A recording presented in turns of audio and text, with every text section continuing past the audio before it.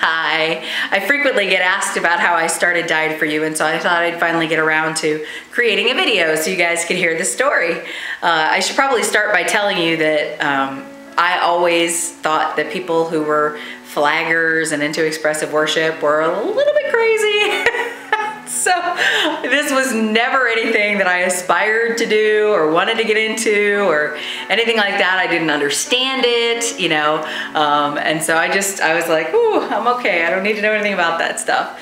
And so one day after church, when the church we were attending at the time, I was walking outside and I had gotten into a conversation with this woman named Donna, who you will hear me often refer to as the mom of Died For You, because basically Died For You was birthed because of this very moment. Anyway, and so Donna and I were standing there talking, and I didn't know her that well. We were kind of new at this church, so we were still kind of meeting people. I mean, we'd been there like, you know, a little less than a year at this point.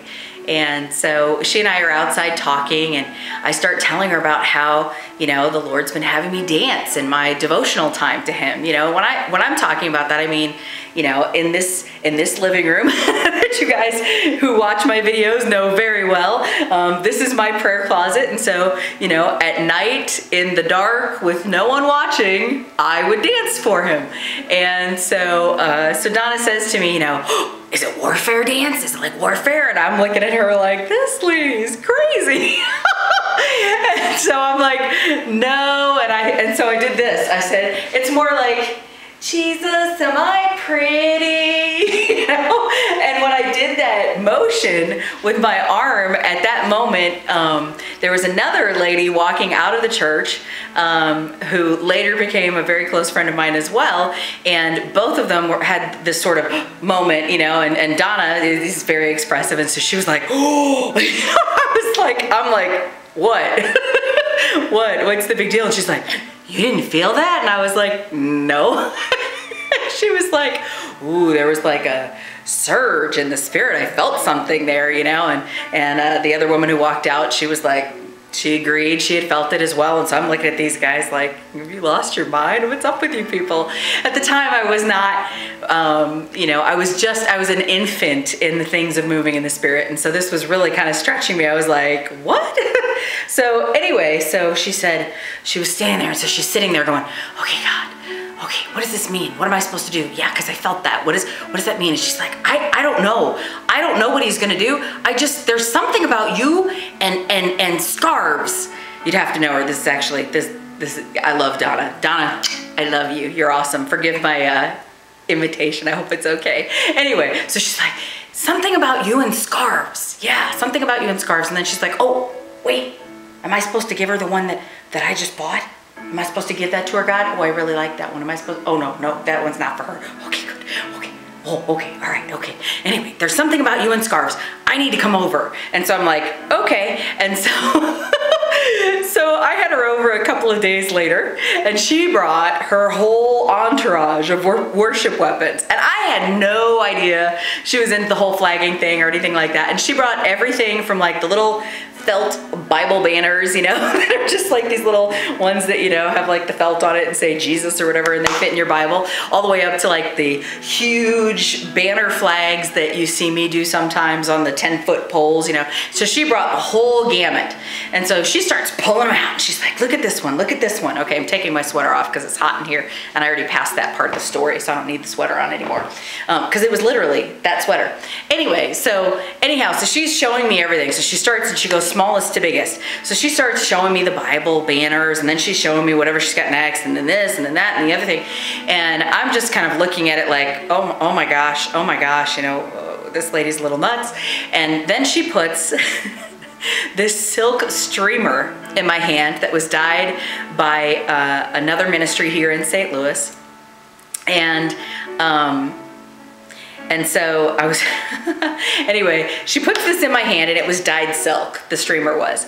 And so I start dancing with this thing, and I'm watching the silk, and I'm like, all of a sudden it just hits me. I'm like, I have to do this. And so I said to her, I'm like, I have to do this. And she's like, yeah, give it to me. Let me show you another one. I'm like, no, you don't understand this. I have to do this. And she's like, yeah, let me show you the rest. And so I'm like, no, this is what I have to do. So she finishes showing me, but I'm like, I just put the streamer. This is what I'm supposed to do. So anyway, so after she left, you know, I just was like, okay, I don't know what this means. And so I just started doing a little research online, and I was like, you know, Father, what am I supposed to do? How do you even dye silk? I don't even know what this means. Why are you having me do this? And so anyway, so then I find a place and I find out how to do it. And so I start saving up my money for, you know, to be able to buy, you know, some silk and all the chemicals that I need and everything else. And so I get the stuff. It takes me a couple of months to do all the research and save up enough money and everything, and I get it. And so I kind of want to show you where I was dyeing so you'll understand. I may just like snapshot a picture in for you later, because I really want you to see this, because you'll understand why my husband was kind of freaking out about this. But so I get the stuff, and there's really no good place to dye in my house at that time. And so I set up this thing in the entry hallway because it's linoleum floor. So I'm like, well, that'll wipe up, right?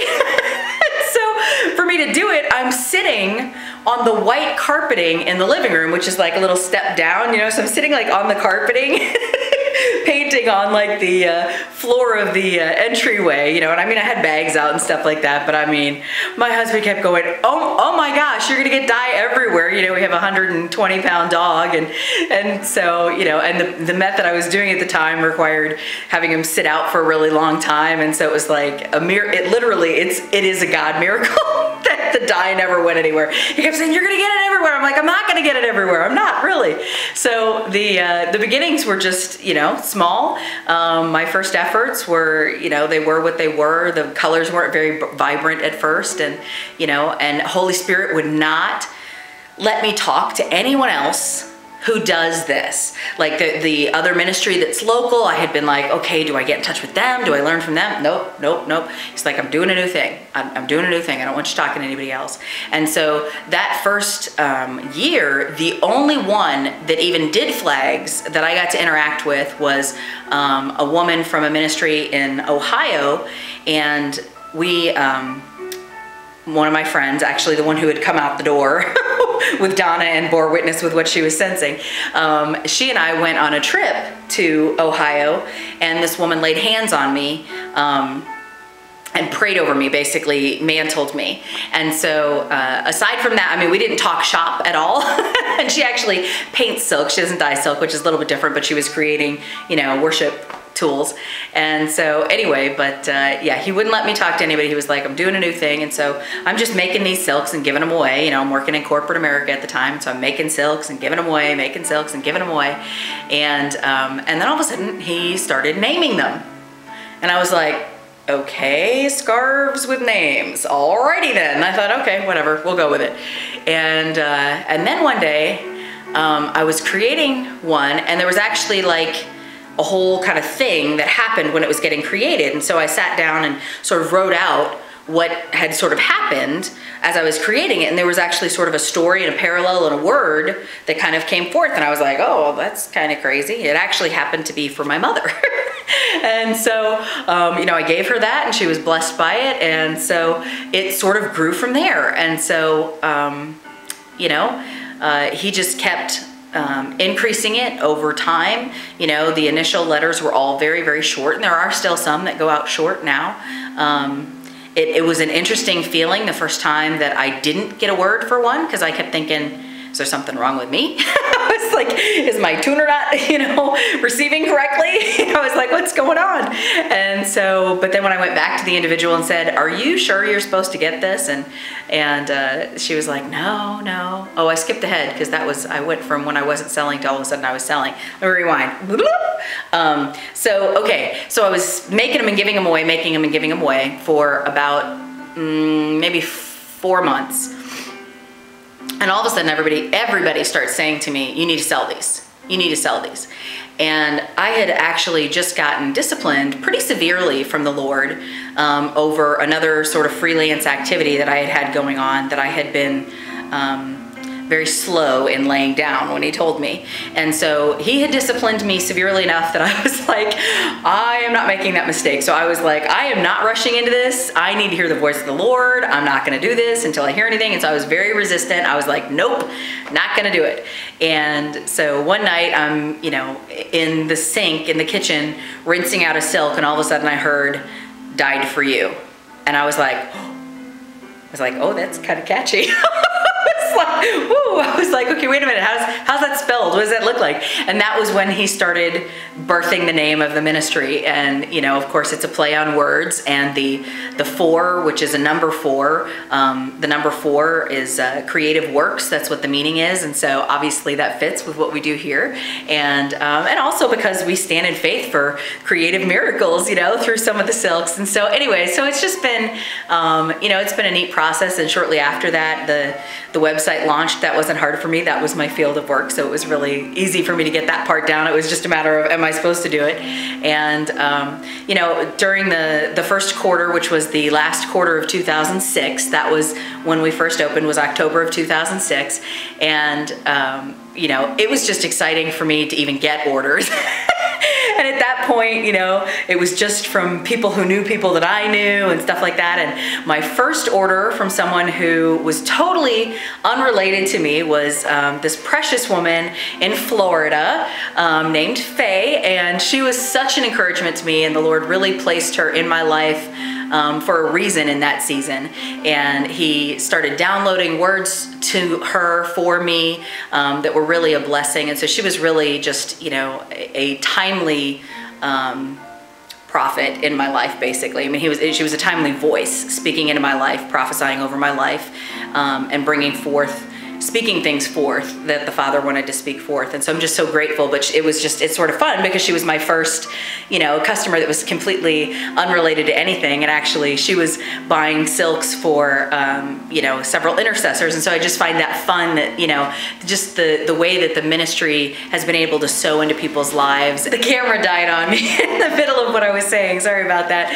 So it's just been a blessing to see how the ministry has gotten to sow into people's lives and how people have been able to sow into our lives. And, you know, I love the Died For You community. I'm so blessed. Not a day goes by that I don't thank the Father for the honor of getting to be in this ministry, because truly I am blessed with the community of people that he has brought that love Died For You. I am blessed by the intercessor team that covers the ministry. I'm blessed by the prophetic team that has joined with me to help write the words. It's just such a blessing to get to connect with all the different people that he's had in mind.